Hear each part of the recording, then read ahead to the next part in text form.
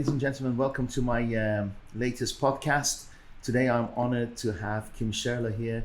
We've actually been trying to organize to meet each other for the last 2 months, and due to the virus and the worldwide situation, we kept delaying, and thank goodness, we're capable or able to see each other now. Yep. Although we're doing some social distancing right now, this is the normal distance that I interview people anyway. So without further ado, I'd like to welcome Kim Shelar here, and thank you for coming. Thank you, Dariush. Very happy to be here. Thank you so much. For the viewers and the listeners, can you tell us a little bit about you and what you're currently doing? Sure. Please. So I think life is an entire journey of discoveries and after discoveries. So when I decided that this was my path of, some level of coaching and healing, I was kind of doing everything, kids and parents and corporates and everybody. And the quarantine time, the lockdown time was such a good time because I was able to sit down and, you're not rushed, you're not dressing up, you don't have that time that, I've got to be at 10, 11. You just sit down and figure out your own schedule. And that's when I was able to decide what did I really want to work. And the interesting part is not about finding what I felt I wanted to, but I went back to my client list and I realized that the clients that stayed with me the longest were the ones that were trying to find themselves, what we call midlife crisis. But for me, it's more of your wake up call. You go through an entire process of being, doing, and, just running around your own hamster wheel. And then you realize that, okay, what's life about? So may I stop you for one Sure. second? Because I know you're talking to me like, but the listeners don't actually know who you are, what you do. So can we go back and what is your title?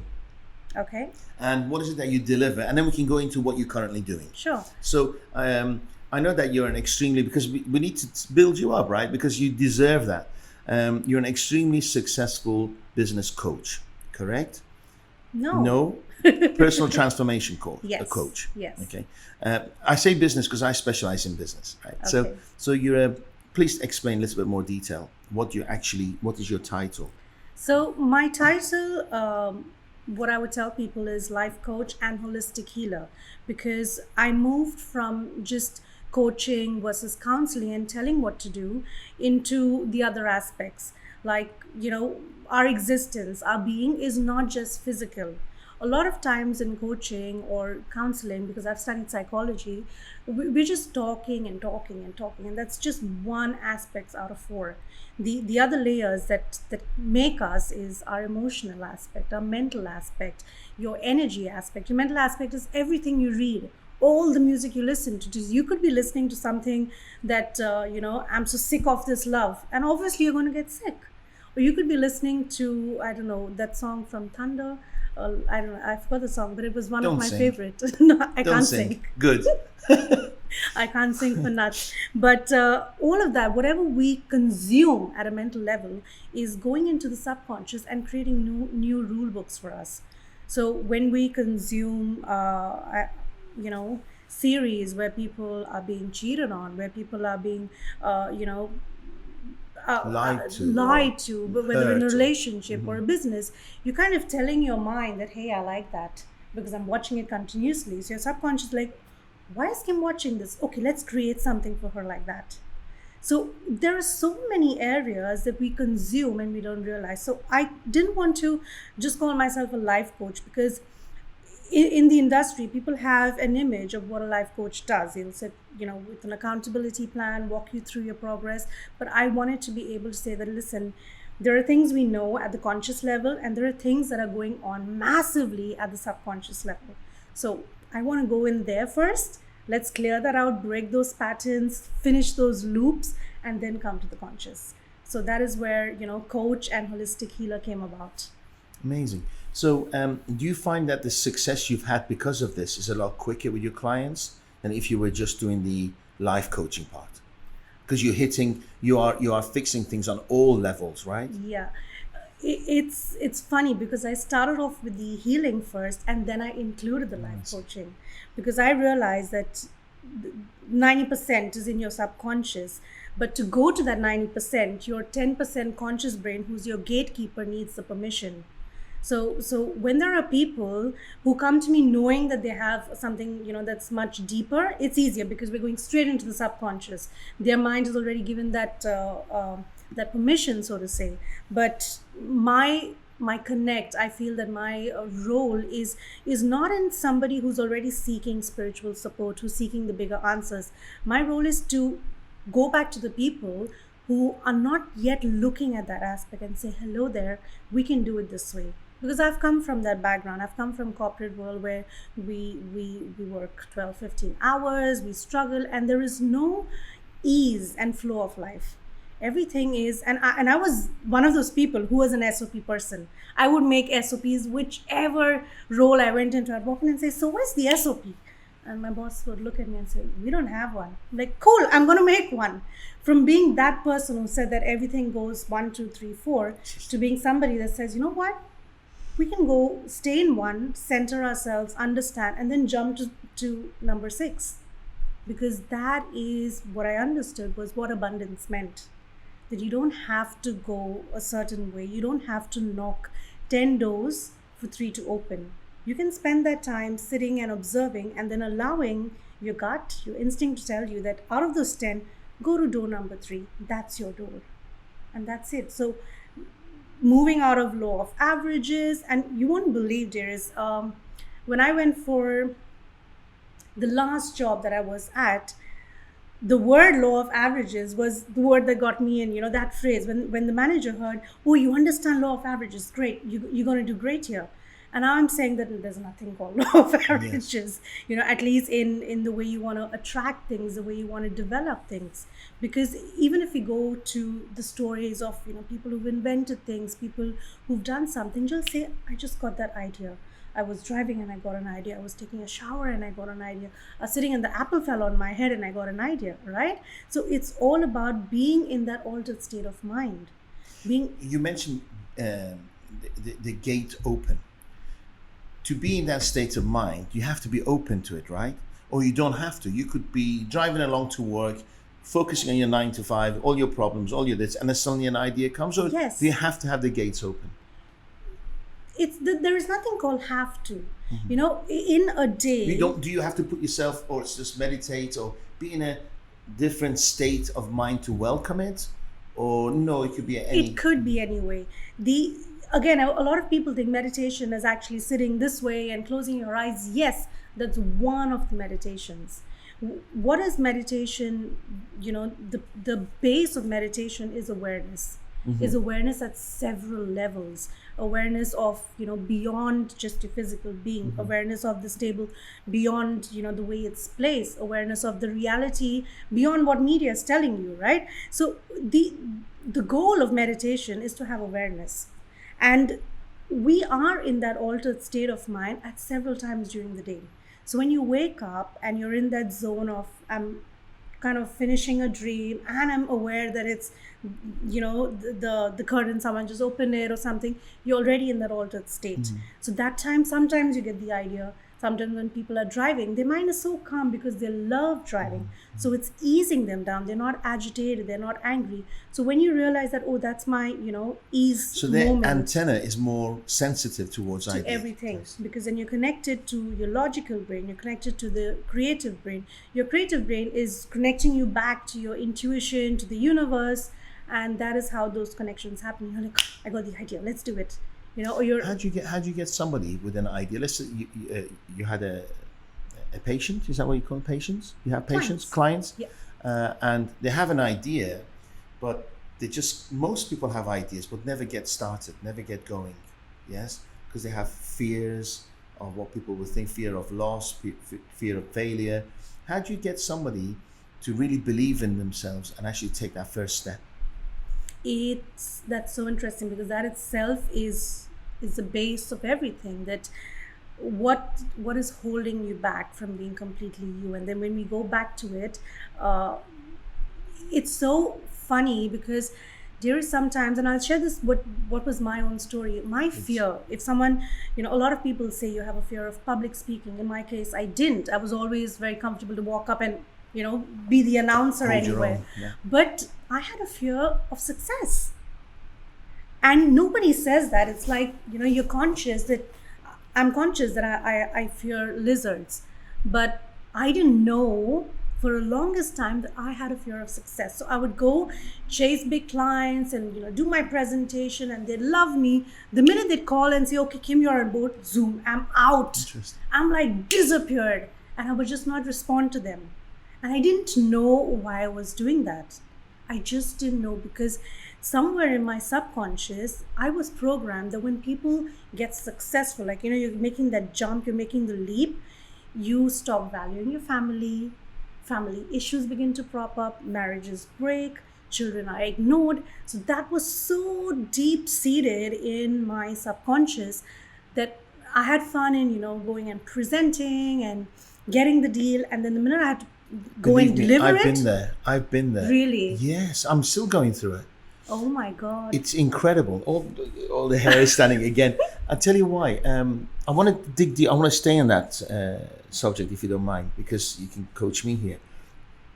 We have different levels. So when you start and you got nothing, you got to get a job, for instance, or get an investment to start it's a level. Then you go to the next level, and then you go into billionaire status, or a business leader of thousands of people. So I'm in a different stage, right, than I was before. When do you actually? I really believe you have to have an honest conversation with yourself, right? If your ego gets in the way, you'll never have an honest conversation with yourself. True. So when did you have that honest conversation with yourself to realize that you had a fear of success? I started doing something which, again, I was creating for, a set of people as a workshop called journaling. And journaling is so beautiful. It's beyond the dear diary moments. I saw him, I liked him, he smiled at me. But when you begin to start journaling, your subconscious takes over. Because you start consciously that I did this and I wanted to achieve and la la la. And then suddenly it just flows and flows and flows. And I kind of start off with whatever went well and what am I thinking and where do I want to reach. And then I suddenly started writing about why I didn't action on what I achieved. And that's where the answer came. Why you're running away from success. And when I started, dwelling deeper into it, I realized that the body's reaction to fear and excitement is the same. Yes. So it's like, when I'm scared of something and I would feel, oh, this is something to avoid or to run away from, you run away. But excitement gives you that same kind of adrenaline. Yeah. And then you think that, oh, run away from here. Mm-hmm. So I have that constant, when I get that little, spurt of ting tong in the bell in my head, I'm like, okay, chill. It's something we're excited for. We don't have to be fearful about it. So I wouldn't say it's gone, but because the awareness is there, every time it happens, I train my subconscious, I train the programming that, hello, we got it. We're big now. It's okay. You know, it's there's a beautiful statement that my coach said that, and I'm sure a million coaches we've heard them say it, is be comfortable in being uncomfortable. That energy, sudden energy of, something is off, something is different, that's the discomfort. And I'm going back to my subconscious and saying, it's okay. This is the new us. It's okay. It's okay. It's okay. Mm-hmm. Be you, shine, and let's do it. Thank you. I have very honest dialogue with myself all of the time. And often I think I don't take on some projects because I fear that some of these projects will need my team to look after them and they can't deliver what I promise. So subconsciously, I don't sign those clients up because I don't want to let them down. However, recently we've been we're just about to raise some money for a big idea, big organization that we're setting up. And I'm putting it on hold for no reason at all. I've been putting it on hold. And it takes us from a multi-million-dollar business to $1 billion business. Wow. $1 billion business. And people I've shared the ideas with already said, we'll give you the money to start it. But I haven't gone to the market looking. Interesting, fear of no? Success.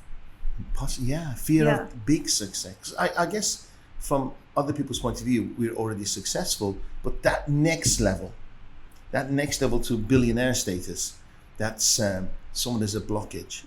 And I've been working on that.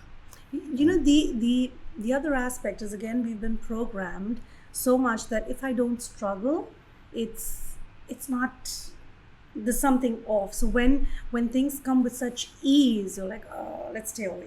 Right. Let's stay away. You're right. Because I'm a gladiator when I'm faced with challenges. And when I'm too comfortable, I need 10 times more motivation to go out to the marketplace. And that's true. And that is where, again, the question of what are we blessed with? We're supposed to have things with ease. This entire struggle and get it done. If it's not sweat and blood, it's not good. It's, it's bad money, it's bad income. That is just probably someone programmed us a million years ago to say that, don't live with ease, don't live with abundance, live with struggle. Because when you struggle, your kind of your base emotion is fear. Is fear of losing, fear of not getting your basic necessities in place. And when you're functioning from an emotion of fear, you're not high vibe. You're not going to go and question someone at a senior position. You're going to say, dude, that's wrong, that's unacceptable, because you're like, oh, if I say something to him, he's not going to pay me my salary, or he's going to throw me out, or whatever. Or put me in jail, or whatever.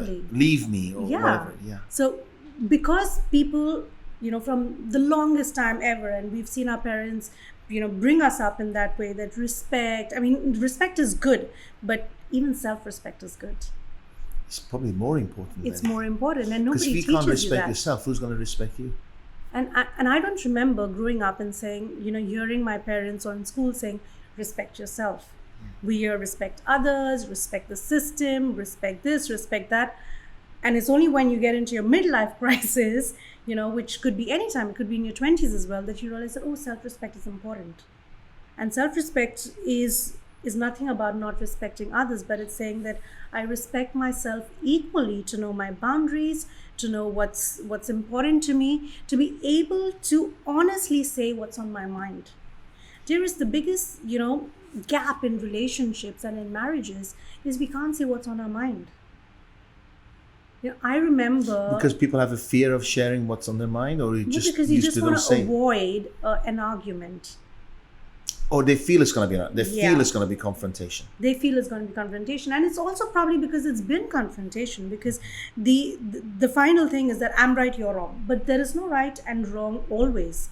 There's a perspective.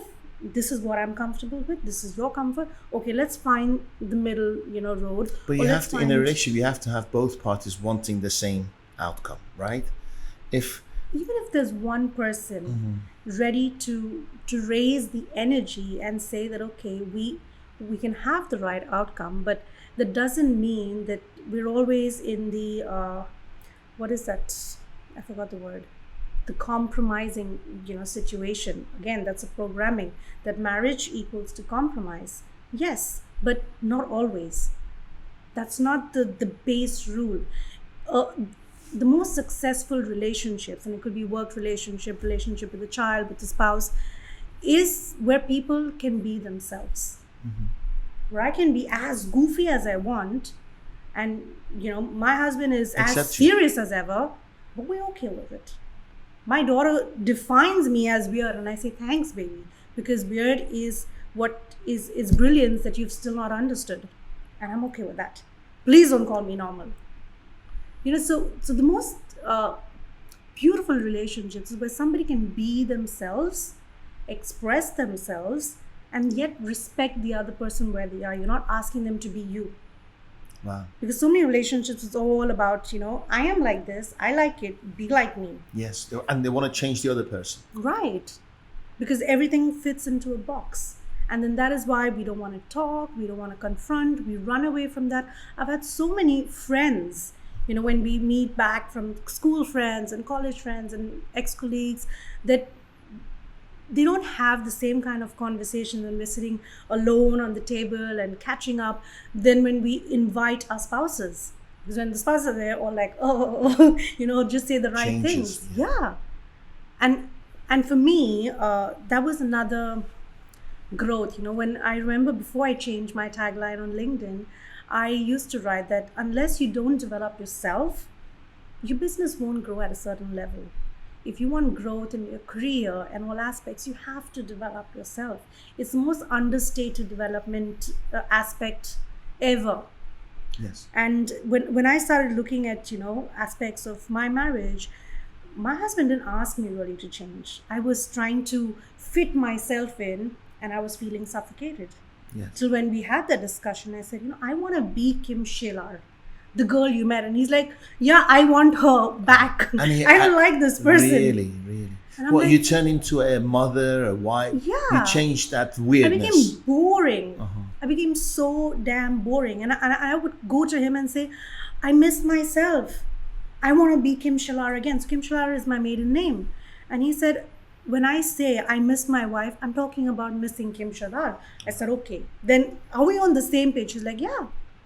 So I kept thinking that he wanted me to be boring, take care of the house, la la la la la, and Not that that's boring, it but was it's not what he boring for wanted. me. He didn't want. He was like, fell in okay. love with that original. Yes, goofy Yeah. person. What's goofy about you? Everything. Tell me some goofy stuff. So I love, the music, which is very dick chick, dick chick, dick chick, dick chick.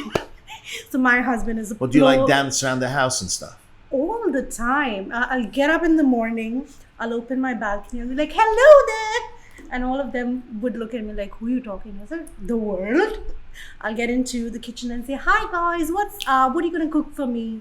So my family is used to it because I'll speak What to... made you like that?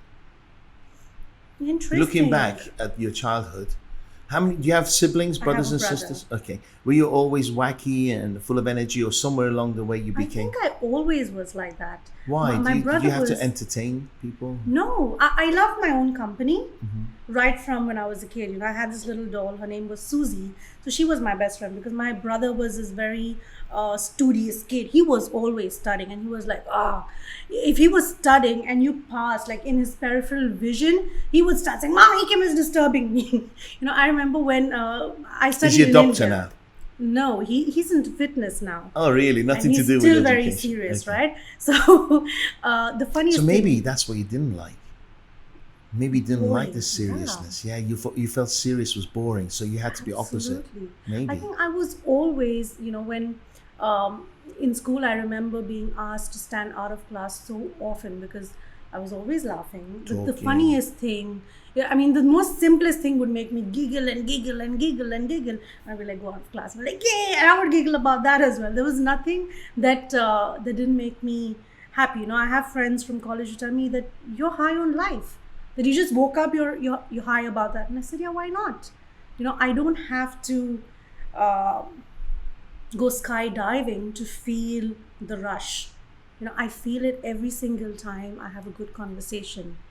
I remember once I was making my vision board, and before I made the vision board, I was writing all the different aspects. And there is this question about social life, and I'm like, shit, I don't have a social life. I don't go partying anymore. I don't drink anymore. I don't have a social life. And I said, okay, I'm going to make the effort to bring that, aspect back. And I did go out with a couple of friends that week, my husband's friends and their wives and all of it.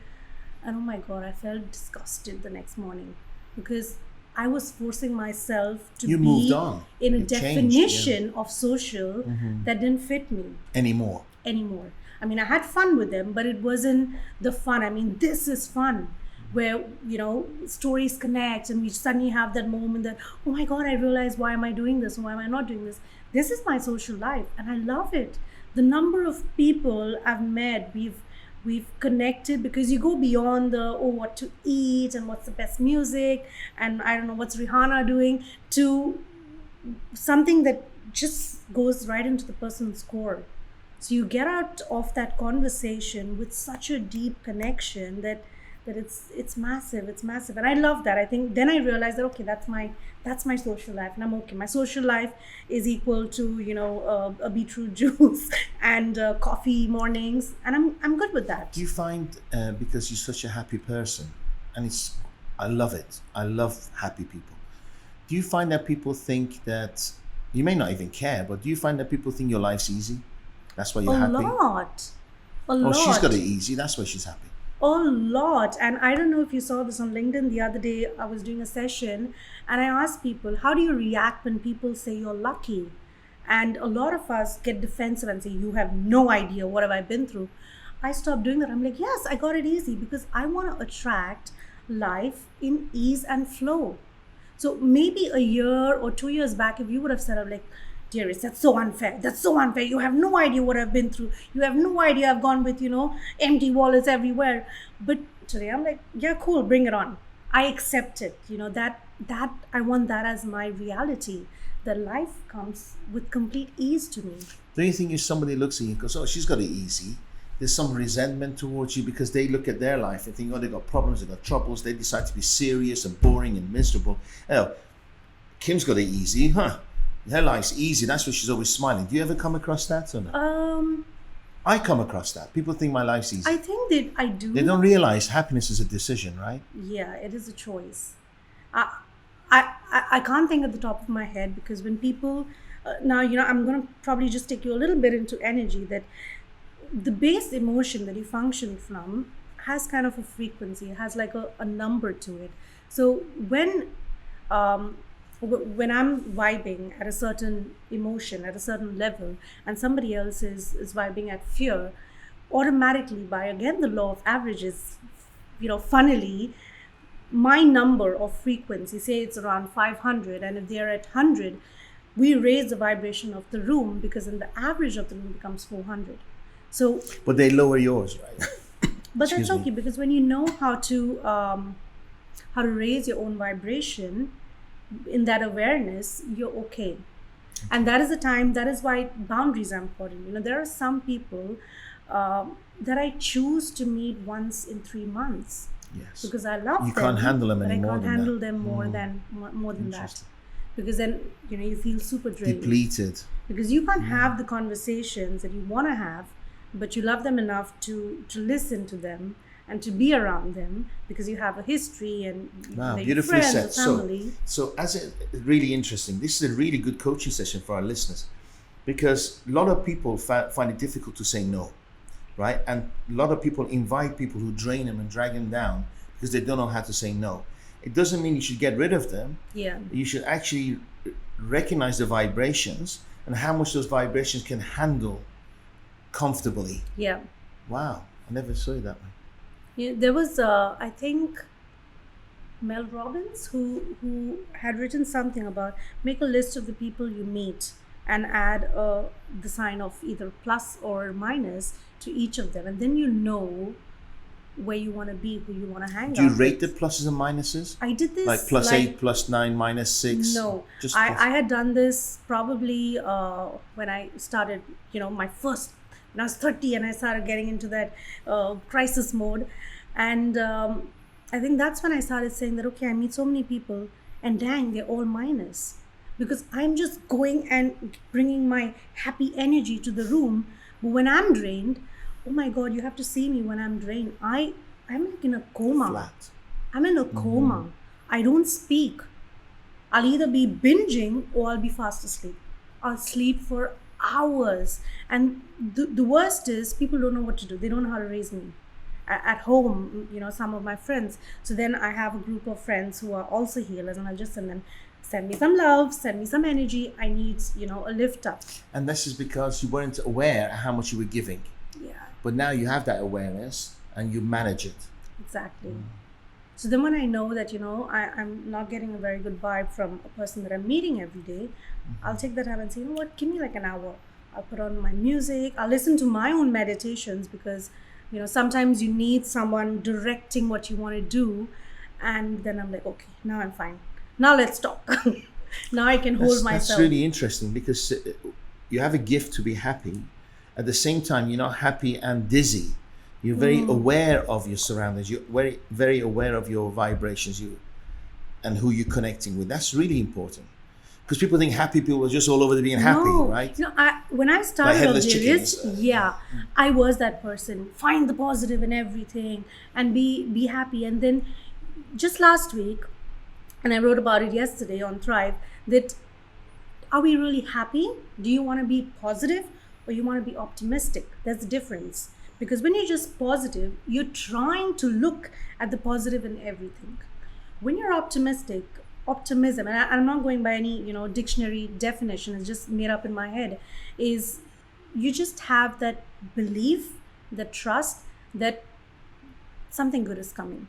Whatever's happened, there is something. Because if you're going to conceal it, that let's find the best in this, yes, let's find it, but first sit with it and say, okay, what is it bringing up in me? Wow.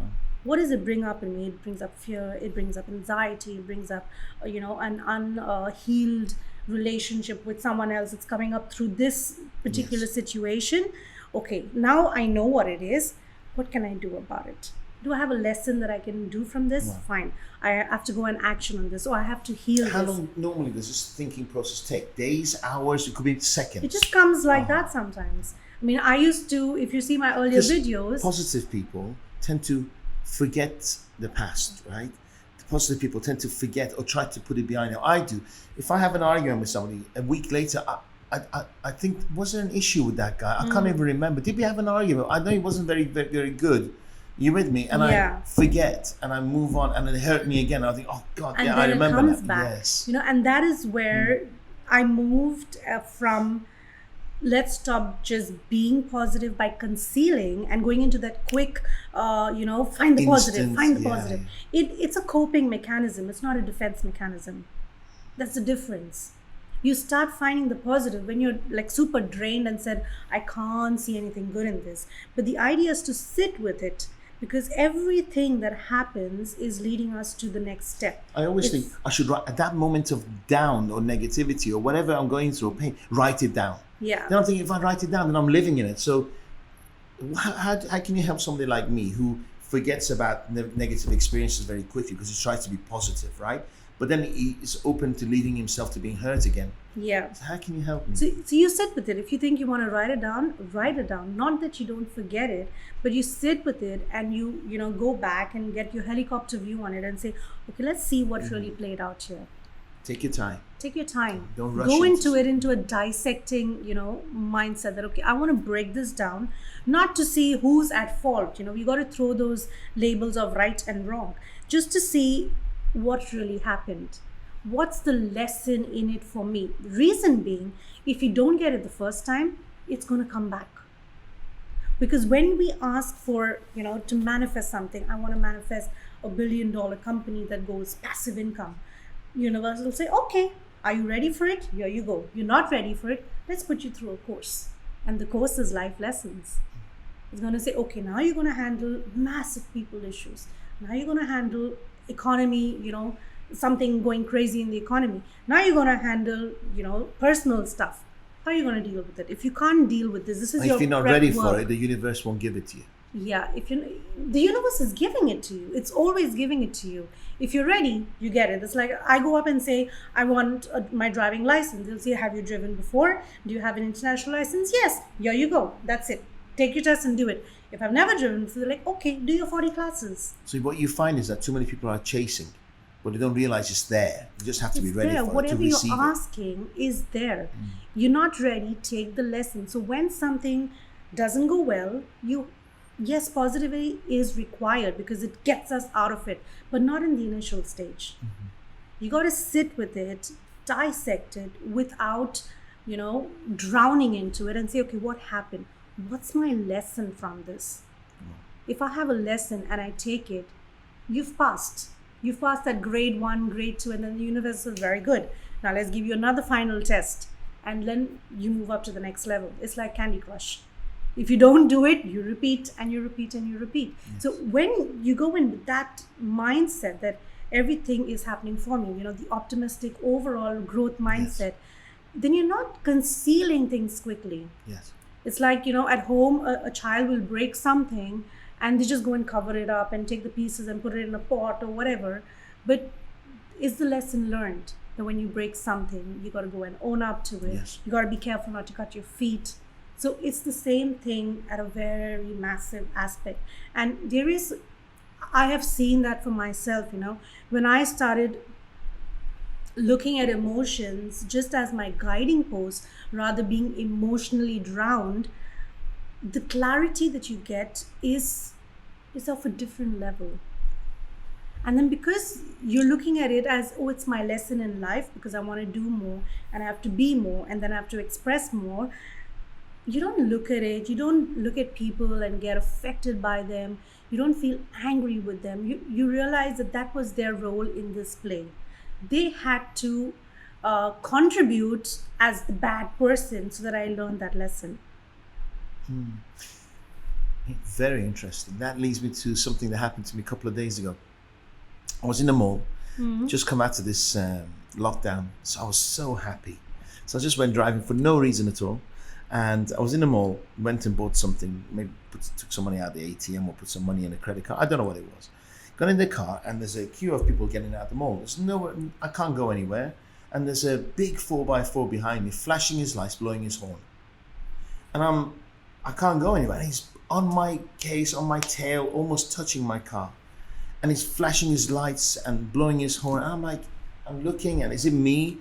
And as the traffic turned, still in the mall, he overtook me and on purpose tried to hit my car.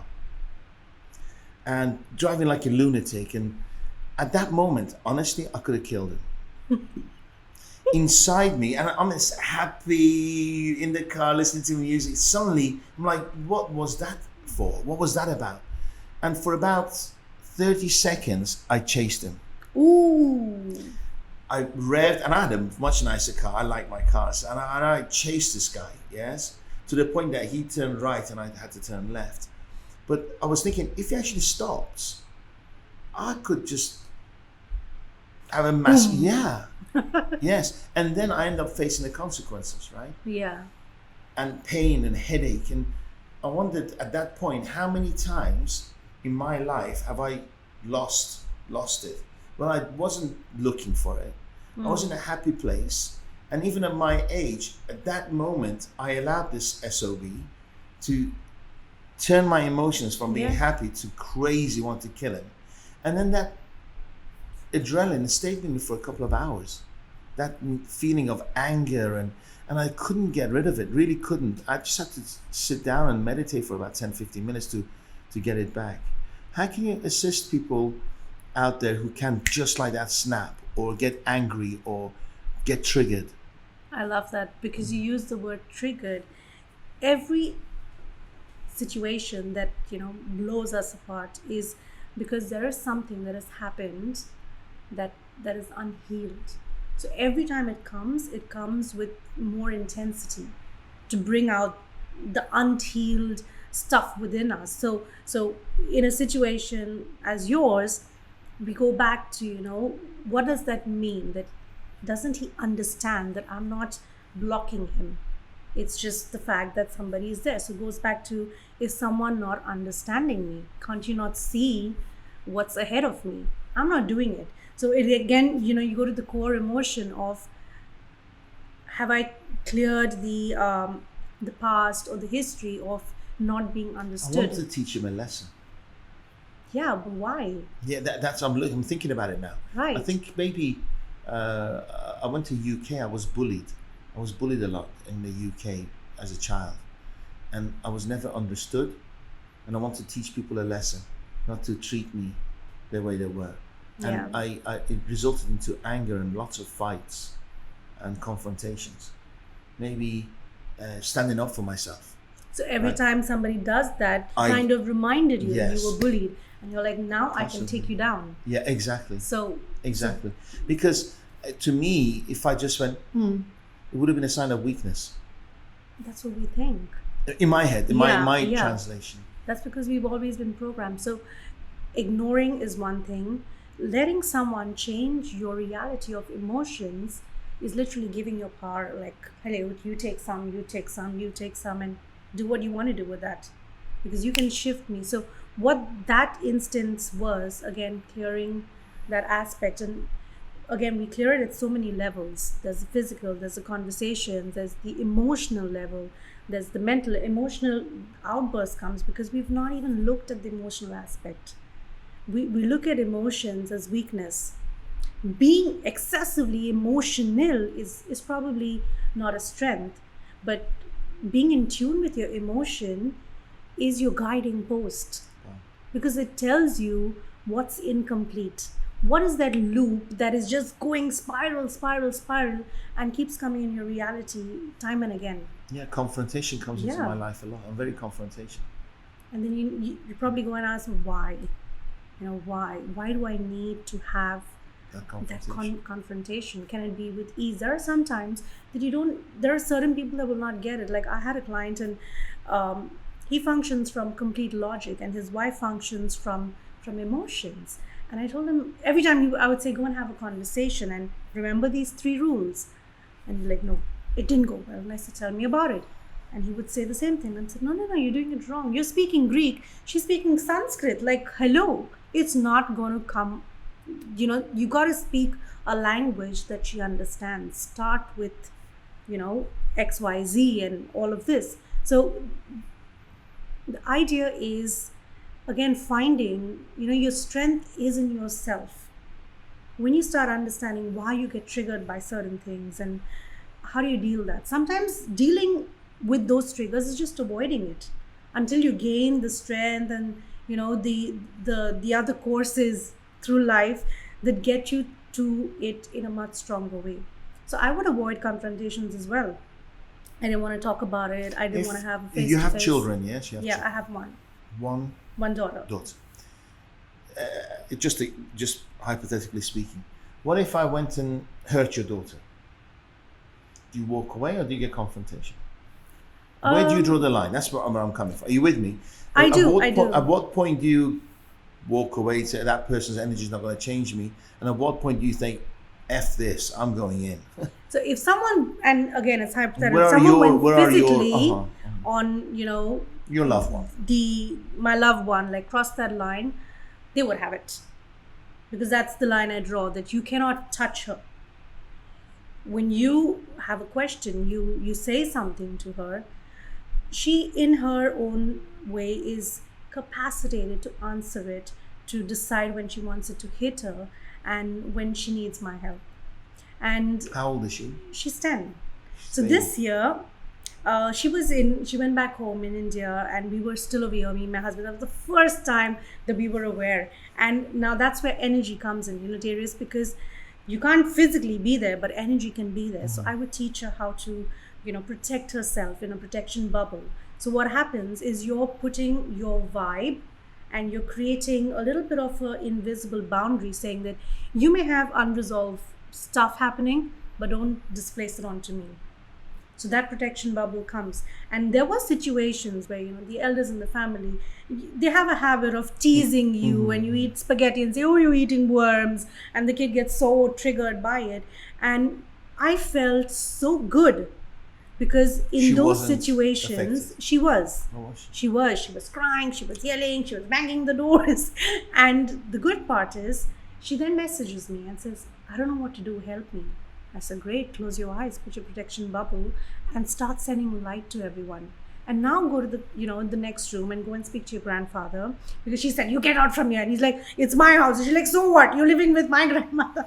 So, this little funny, ridiculous arguments. And I said, now you feel the strength because you've got your light. Go and have a chat with him.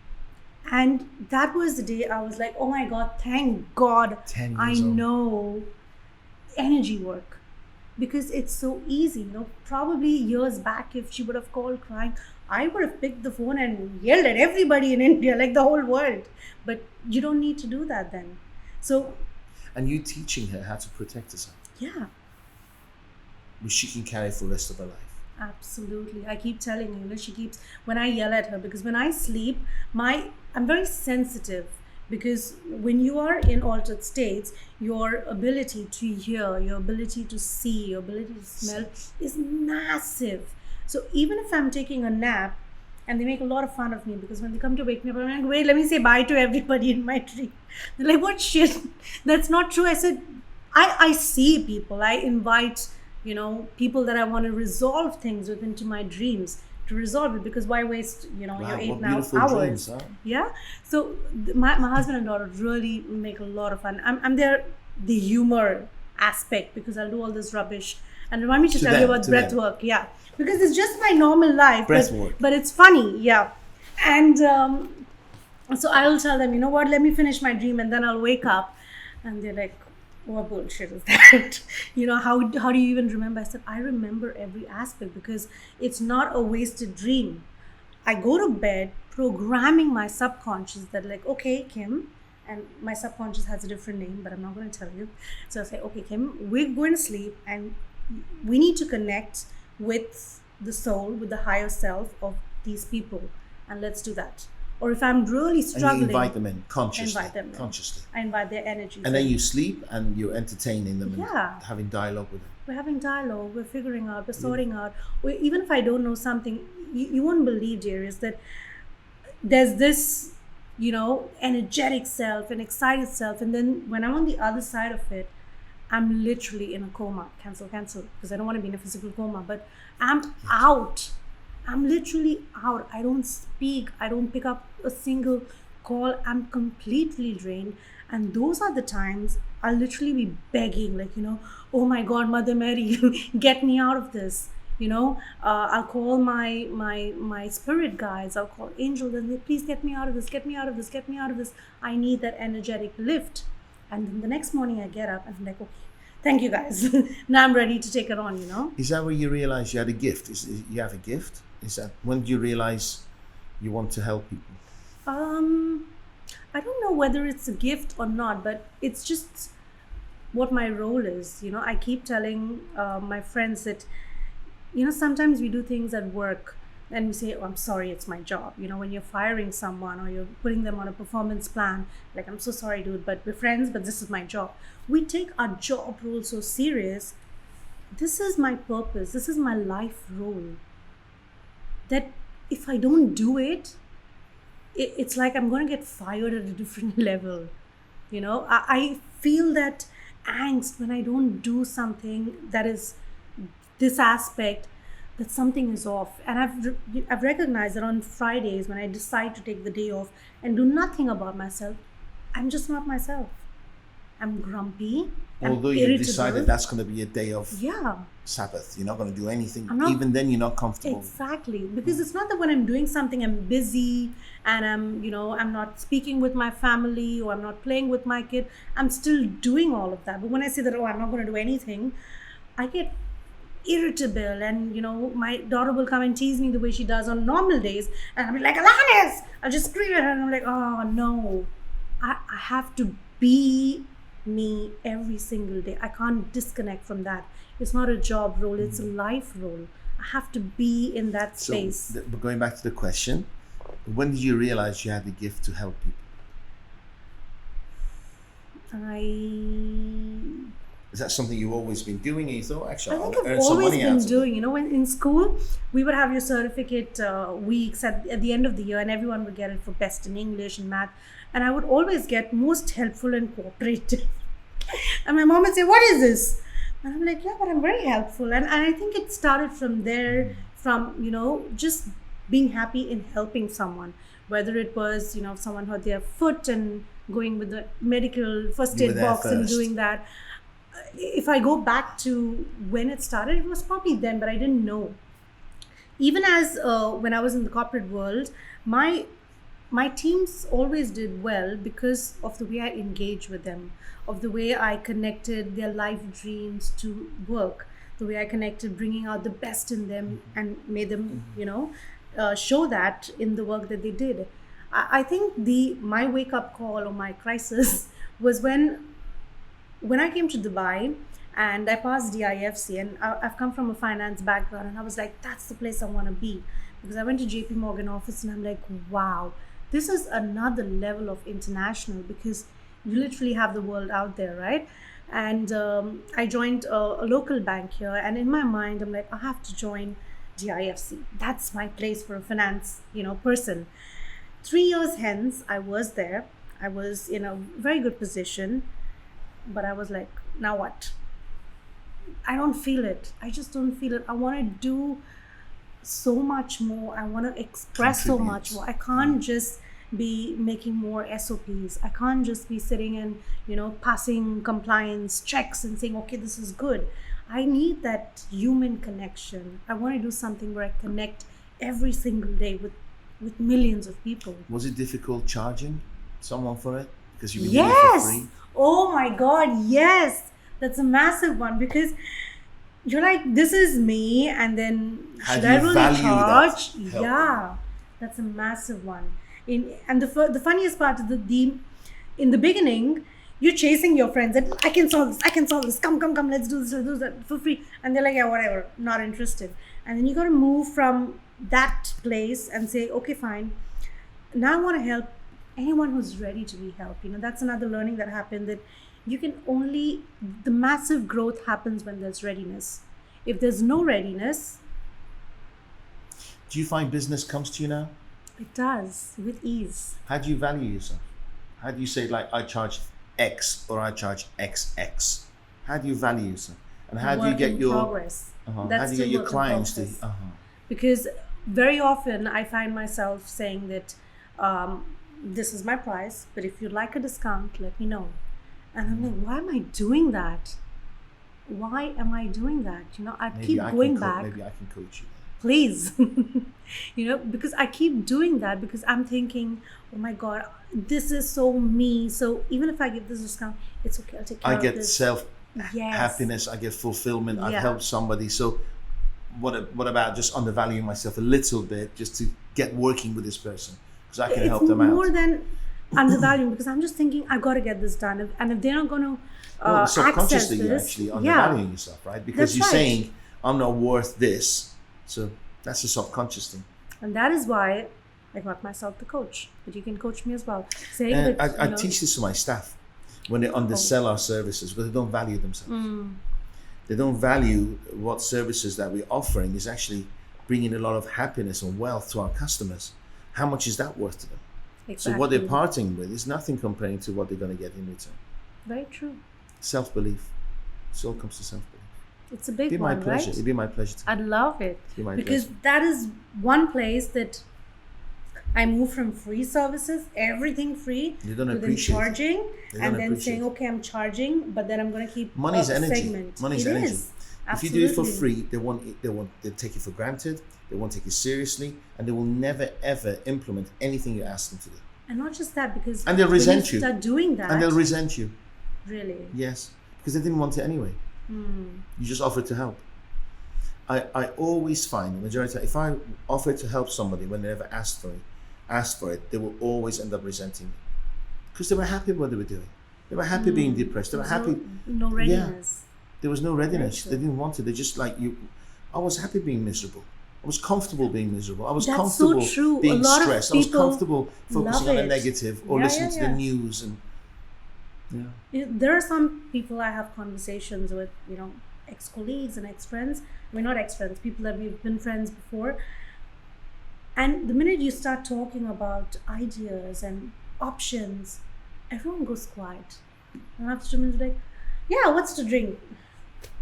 yeah. And you're like, okay, you know what? They're not. They're I've not got to just be, interested. Yeah. I've just got to be, active. What annoys me, what shocks me, what upsets me, what never surprises me, how people are just happy not growing and dying.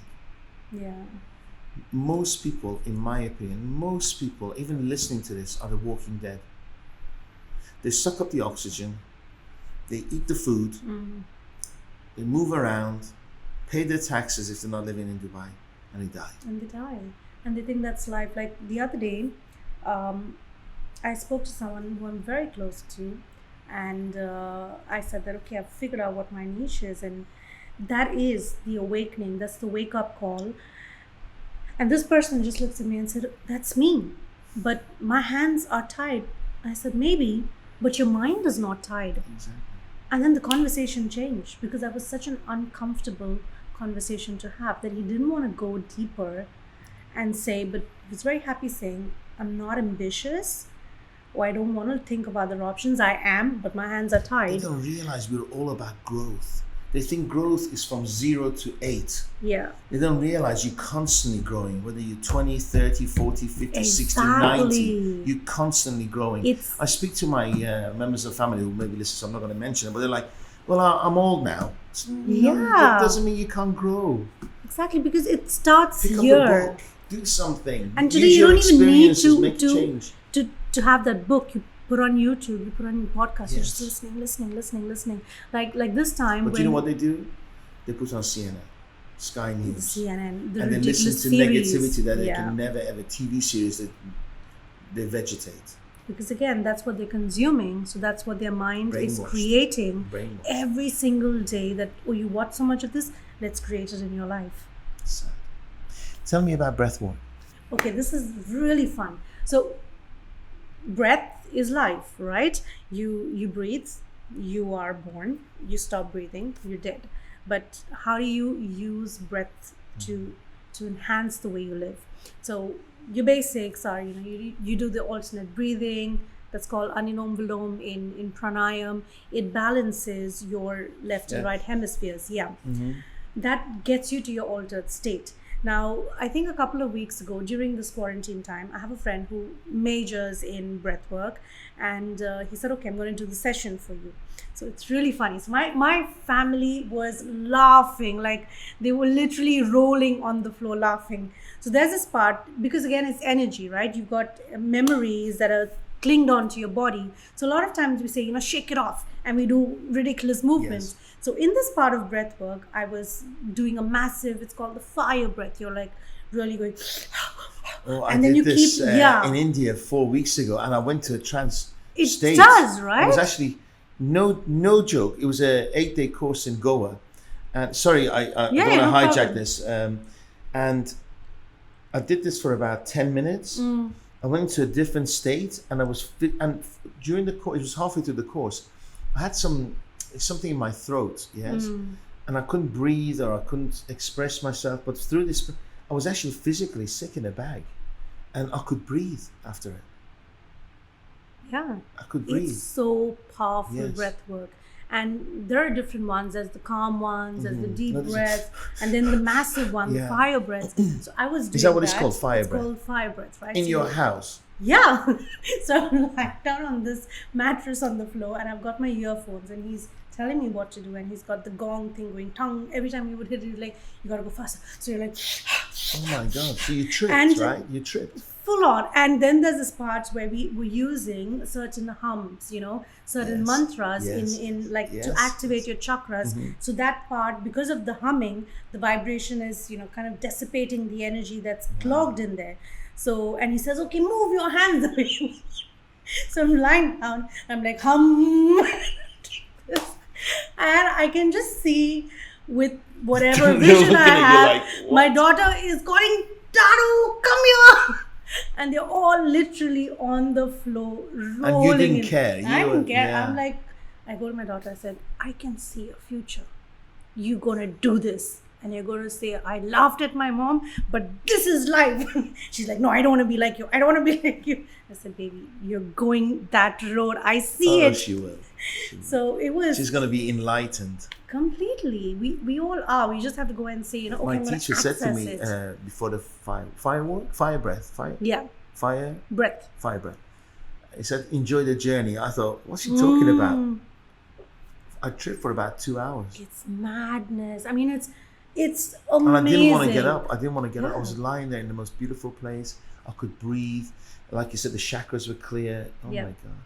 It was so good because when you And get I was up doing it with 30, and you feel no, weightless. 43 other people. Can you believe it? And they were It's all beautiful. tripping. Yeah. In Goa. And we did it for 30 minutes because he told me I'll do 10 minutes because we're doing this first time, and he's like, I just sensed you could go longer, and I'm like, let's What do the it hell, for an yeah. hour. I don't Yeah. have a problem. Let's do it. So this particular friend of mine, he's a life coach as well, and it's lovely because he calls me, I'm the coach of coaches, and we do a lot of work. Like the minute I announce I'm doing a workshop or a meditation, he's the first one in.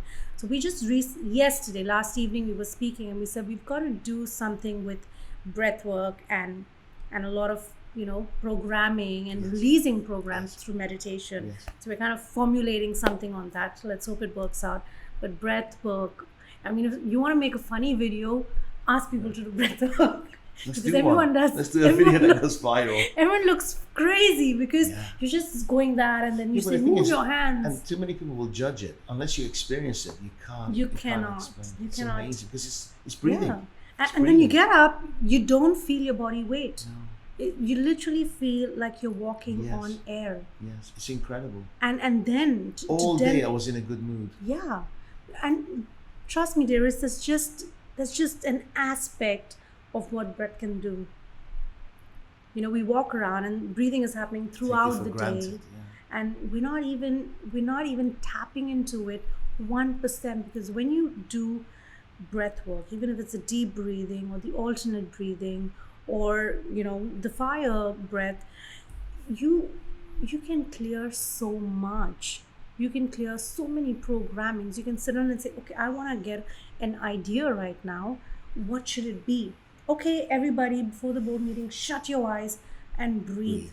Balance your creative aspect and your logical aspect, so you can and there's nothing wrong in having an analytical brain. We need it, because how to put your creative on paper and get it on the road, that's where your analytical brain is going to come through. For a lot of people, and a lot of me included, when you're on your spiritual journey, we kind of shut off the logical aspect. We want kind of shut off the analytical, because we're in the beautiful flow. But you've got to understand that that's again an Need it all. imbalance. Yes, exactly. You move from here to going onto this side, but you got to be balanced at all times. Life's about balance, isn't it? Yes. So even when you say, that I'm a happy person, I used to strive to be happy all the time. For me now, it's about, I just want to Being. be in the moment. Being. Whether I'm being happy at that moment, or I'm being very, attentive to what I'm studying or what I'm creating, or I'm being goofy with my It's kid. interesting you say that, because before I went to this course, I was asking, like, tell me about the course. What are the age group of the people? Are they male, female? And I said that, and the answers were very, Wait. they're going to be beings there. And I didn't get it.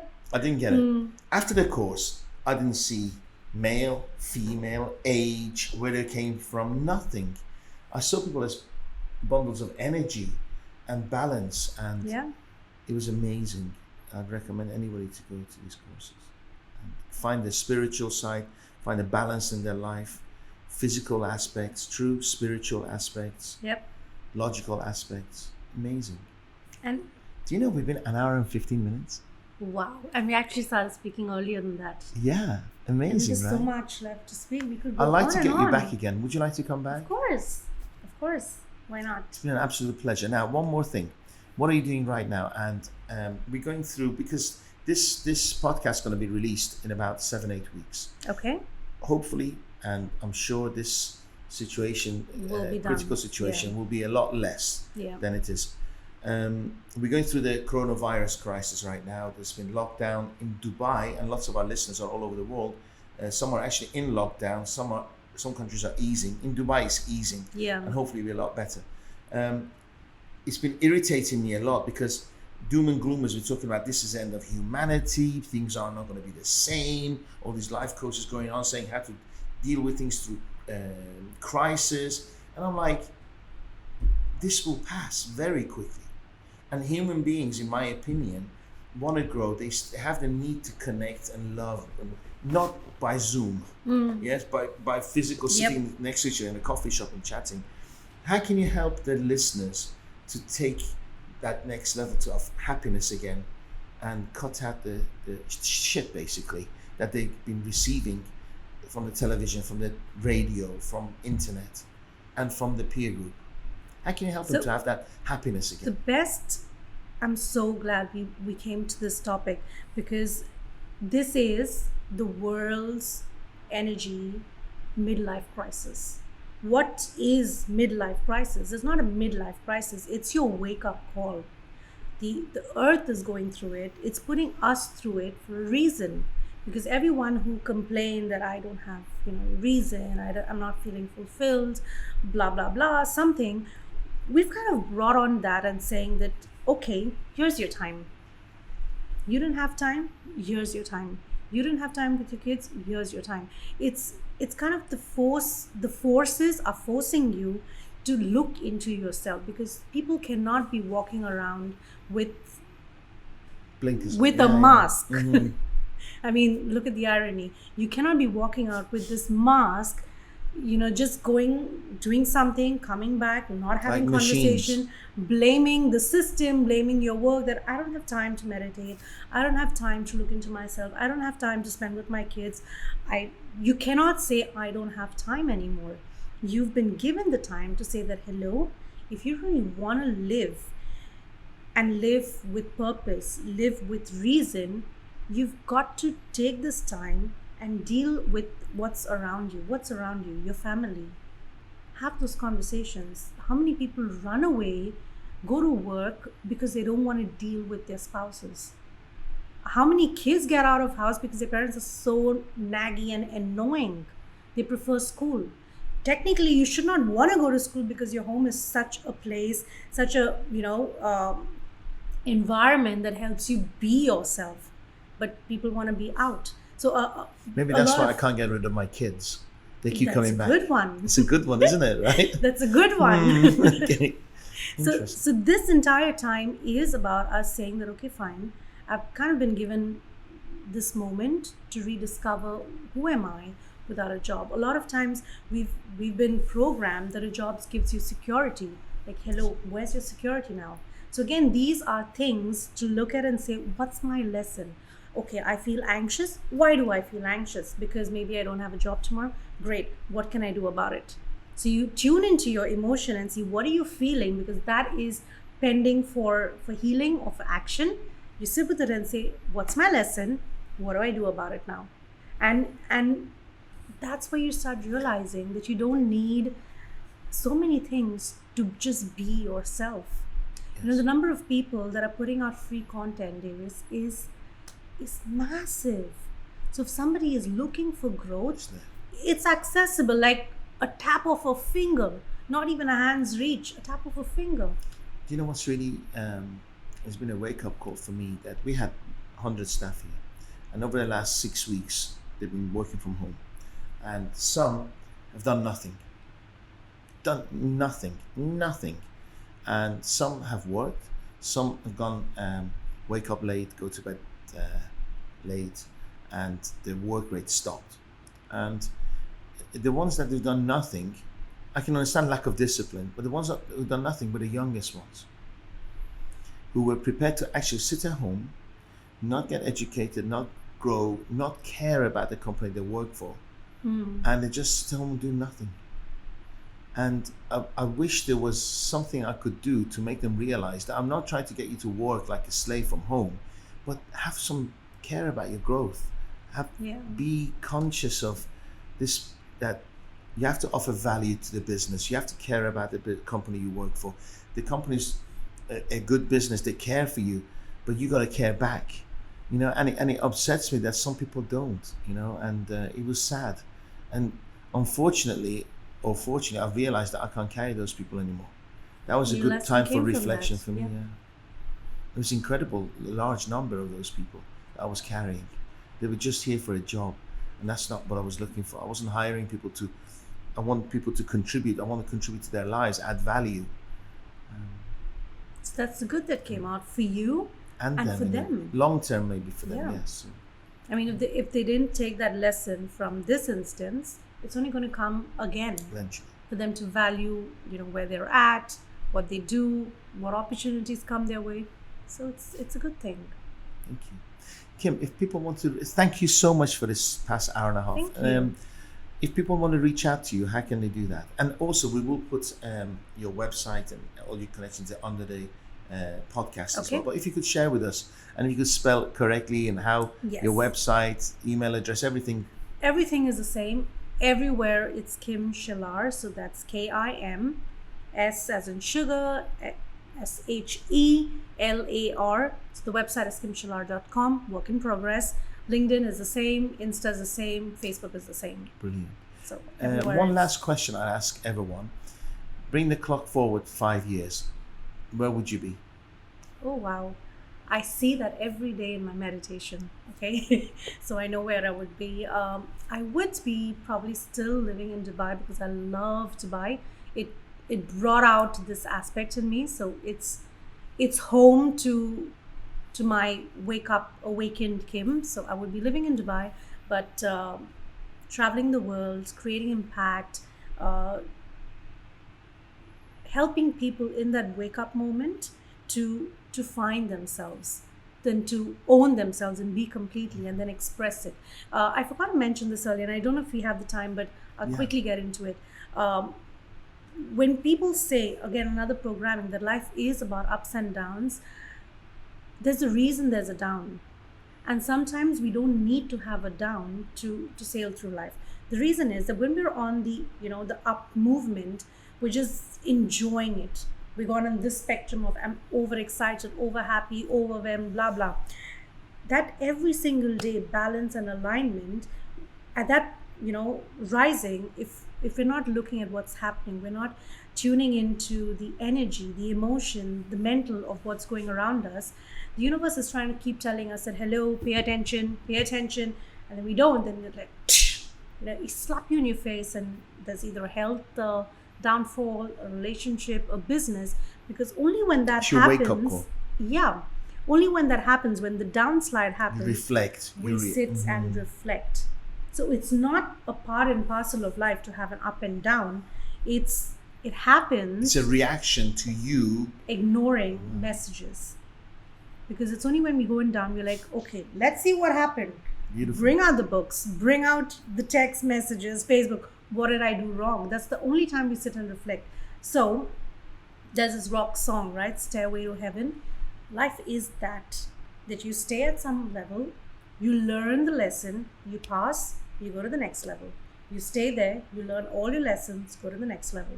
That is more of what life is supposed to be. We go into this not because it's supposed to be that way, or that what life is about life. So many people say that if it's not up and down, it's not life. No, it is not life, because that is just saying I'm going to learn the same lessons again and again and again and again. Would you do me a favor? This is wonderful the way you said.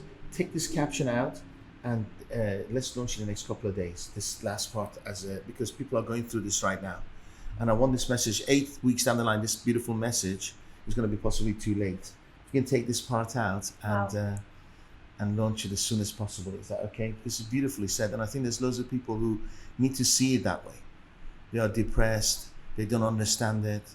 And it's because they've been ignoring life, right? And because then again, we get into that mode that, if someone's going through a bad time, we're like, life is all about ups and downs. It's okay.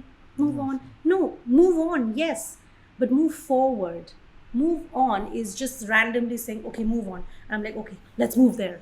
When I say move forward, there's the purpose that I take stock of what's happening.